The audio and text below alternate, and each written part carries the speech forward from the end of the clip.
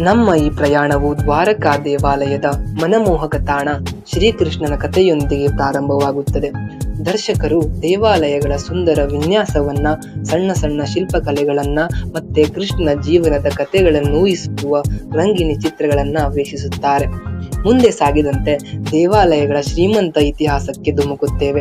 ಇದನ್ನು ಕೃಷ್ಣನು ನಿರ್ಮಿಸಿದನೆಂದು ಹೇಗೆ ನಂಬಲಾಗಿದೆ ಎಂಬುದನ್ನು ಬಹಿರಂಗಪಡಿಸುತ್ತದೆ. ಮೋಹಕವಾದ ಪುರಾಣ ಕಥೆಗಳೊಂದಿಗೆ ನೀರೊಳಗಿನ ನಗರವಾದ ದ್ವಾರಕಾ ದೈವತ್ವದ ಅನುಭವವನ್ನ, ರಹಸ್ಯದ ಗಾಳಿಯನ್ನ ಸೇರಿಸುವಂತಿದೆ. ಮುಂದುವರೆದಂತೆ ದೇವಸ್ಥಾನದ ವಿಜೃಂಭಣೆಯ ಆಚರಣೆ ಮತ್ತು ಉತ್ಸವವನ್ನ ಎತ್ತಿ ತೋರಿಸುತ್ತದೆ. ಸುತ್ತಮುತ್ತಲಿನ ದೈವಿಕ ಸ್ಥಳ ದರ್ಶಕರನ್ನ ಜೀವಂತ ಸಂಸ್ಕೃತಿಯಲ್ಲಿ ತೊಡಗಿಸುತ್ತದೆ. ಅಂತಿಮವಾಗಿ ದೇವಾಲಯವು ಸುಂದರ ಸೂರ್ಯಾಸ್ತದ ಸ್ವಚ್ಛಂದ ಉಸಿರಿನ ಅನುಭವಕ್ಕೆ ಜಾರುತ್ತದೆ. ಕೈ ಬೀಸಿ ಎಲ್ಲರನ್ನ ಅನುಭವಕ್ಕೆ ಆಹ್ವಾನಿಸುತ್ತದೆ.